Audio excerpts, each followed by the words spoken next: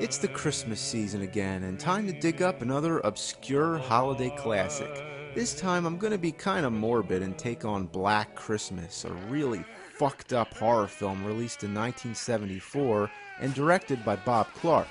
He's more well known for directing the 1983 comedy A Christmas Story. You know, that funny little offbeat movie about the kid who wants the BB gun for Christmas. No, I want an officer red undercover knife and 200 rifle. You'll shoot your eye out, kid. So Bob Clark, early in his career, dabbled in the horror genre. Didn't everybody? Oliver Stone, Robert Wise, Ridley Scott, Peter Jackson, Francis Ford Coppola, Sam Raimi, Steven Spielberg. Actors like Steve McQueen, Christopher Lee, Jack Nicholson, Clint Eastwood, Jamie Lee Curtis, Kevin Bacon, Johnny Depp, Jennifer Aniston, Renee Zellweger. Gee, that's a fun game. Black Christmas tells the tale of girls in a sorority house who are being stalked by an insane killer. The killer hides in the attic and makes nasty phone calls. Suck my juicy cock. Let me lick your pretty piggy cunt. I'll stick my tongue up your pretty pussy. Pretty big cunt. For 1974, that's some pretty foul language. Who's on the phone? Regan from The Exorcist? Your mother sucks cocks in hell, Paris. In fact, The Exorcist came out in 1973, a year before Black Christmas. Don't know if that's significant, but it is similar to have a creepy voice speaking in obscenities. Fuck him! Fuck him, Paris! The movie is low budget and dated, but it's heavy on atmosphere. The soundtrack is eerie, and the noises the killer makes are horrifying.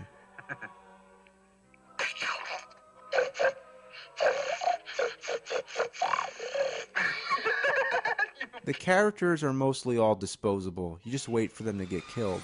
But there are some memorable ones. There's Margot Kidder, better known as Lois Lane in the Superman movies.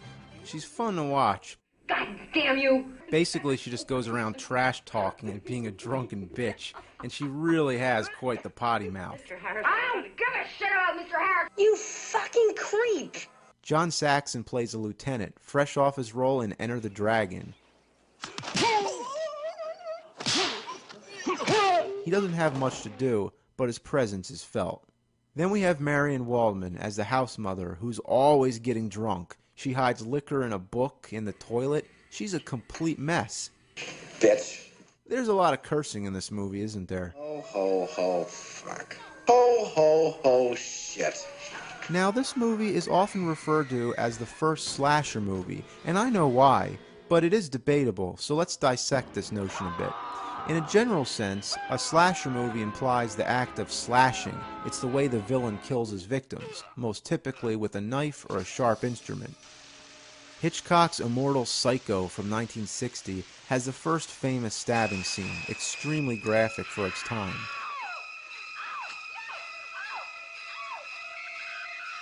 In 1968, from Night of the Living Dead, we also have a stabbing, this time with more bloodshed. In 1970, Scars of Dracula, we have yet another stabbing, this time in color. So Black Christmas was certainly not the first in this regard. More specifically, a slasher film is a movie with a psychopathic killer and a body count. Again, we can go back to Psycho. It most definitely has a psychopathic killer and a body count, even if it's a small one.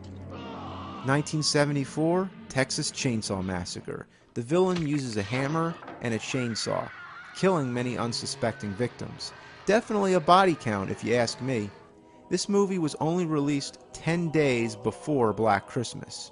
So, okay, it wasn't the first movie to have a killer and a body count, but what about the details, the conventions, and stylistic elements? Well, there's the stalking camera. It definitely uses that a lot. It's when the camera stalks around, showing us the killer's perspective. Huge cliché, imitated in countless slasher flicks, like the Friday the 13th films, and parodied by Joe Bob Briggs. What's this rustling? What is that rustling noise? What's going on over... Oh, for goodness sake. It's the subjective camera! But did Black Christmas invent the stalking camera? Not exactly. Let's go back to 1960 again with Peeping Tom. In this film, the killer's making a movie of all his murders. It uses POV shots extensively, However, this time it literally is supposed to be the camera because the victims are being filmed by the killer as they're being killed. There are many other cliches in Black Christmas, like the phone call scenes. The killer always calls his victims. It's been parodied all the way up to Scream. Why do you want to know my name? I want to know who I'm looking at. You can trace it back way further than Black Christmas, like the 1963 Italian Mario Bava film, The Three Faces of Fear, otherwise known in English-speaking regions as Black Sabbath. Ma chi è al telefono? Chi parla? Lo saprai un attimo prima di morire. Vedo il tuo corpo stupendo, le tue braccia morbide, le tue gambe perfette. No, non coprirti. Per un corpo come il tuo si fanno pazzie. Io t'ucciderò. The victims are in a secluded spot and are usually being bad in some way. All future slasher films have the same scenario, whether it's babysitters in Halloween or camp counselors in Friday the 13th. It became very formula-based. You can easily recognize all the elements of a slasher film. You can trace most of these elements back to different movies, like the Mario Bava films Blood and Black Lace from 1963 and Twitch of the Death Nerve from 1971, or if you really want to go back, Cabinet of Dr. Caligari from 1920. But even though Black Christmas may not have been the first to invent all these different elements, it was the first to take all the ingredients and throw it into one. Then Halloween came along in 1978 and adopted the same formula. Then everybody else ripped off Halloween and the slasher genre was born. It's obvious that Halloween was inspired by it, right from the opening scene with the POV shot approaching the house. In fact, on the Black Christmas DVD, there's a Q&A with Bob Clark. He says he was working with John Carpenter on a film, and Carpenter expressed that he was very much a fan of Black Christmas and asked if Clark was going to do a sequel, and this is what he had to say. And John said, well, if you did do it, what would it be? And I said, well, I would have it that the killer was caught. It's later that year, the next fall, and he has escaped, and he's going back to the sorority house, and I'm going to call it Halloween. So I think John, he loved the movie, and I believe he was influenced some by it, but he did not copy my movie, and Halloween is entirely John Carpenter's, and it's one of the greats of its kind. Think about it. The guy who made A Christmas Story, one of the most popular Christmas movies of all time, was the guy to kickstart the slasher genre. It may seem like the polar opposite, but A Christmas Story isn't exactly the cheeriest Christmas movie either. Hey, kid, hurry up, the store's closing. Oh, damn nipples! Bang, gunk, stinking crisp! One thing original about Black Christmas that hasn't been copied much is that the killer has no identity, no face, nothing you can actually grasp and see. While there is a suspect, you never find out who it really is.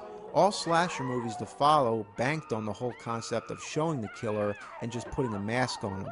That's the part they took from the other 1974 film, the Texas Chainsaw Massacre. Slasher films made their business on making a star out of their killers. Audiences cheer for Leatherface, Michael Myers, and Jason Voorhees. Keeping the villain in Black Christmas so secret is the one thing it's done that's still unique. Oh, it's Christmas. What a good time to have a horror movie lecture, right? Well, speaking of Christmas, it was also the forerunner of the holiday slasher flick. Since then, they must have taken every holiday in existence and made a horror film out of it. Valentine's Day, April Fool's Day, Easter, even Memorial Day, not to mention Eli Roth's Thanksgiving trailer, which perfectly spoofed the whole concept. Thanksgiving. Of course, that was from the theatrical double feature of Grindhouse. Thanks for leaving those trailers off the DVDs, you fucking douchebags. Now, of course, Black Christmas wasn't the first Christmas horror movie. There was Silent Night, Bloody Night, which was released earlier that same year, 1974. And before that, in 1972, there was the Tales from the Crypt movie, which had the original Christmas episode. You could probably trace it back forever, and of course it's been done countless times since. There is Christmas Evil, Silent Night, Deadly Night, and the list goes on and on. But originally, it must have taken some balls to take a merry, joyous holiday which people hold so sacred and then splattered in blood. There was a remake of Black Christmas, but I never saw it. So if you want to see one of the first Christmas horror movies, check it out. But if you're a big gore hound looking for something exciting, it might not be the movie for you. It's very slow, and I think its history and significance is more interesting than the film itself. But if you're up for something real creepy and disturbing, give it a watch. I'll stick my tongue up your pretty pussy.